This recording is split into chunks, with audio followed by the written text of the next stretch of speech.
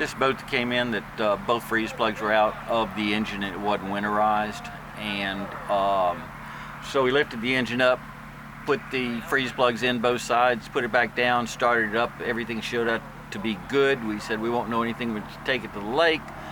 Took it to the lake, got a video of being at the lake. Everything was fine at the lake. We were starting up here, put his power trim belt on because it was off, and also got his control box so it would shift, but now it's perfect.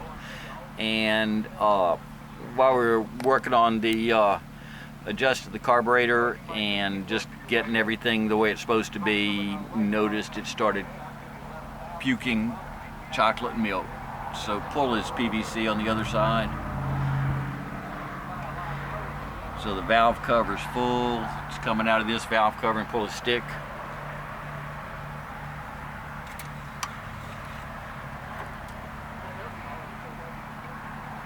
And so it's full all the way up to there.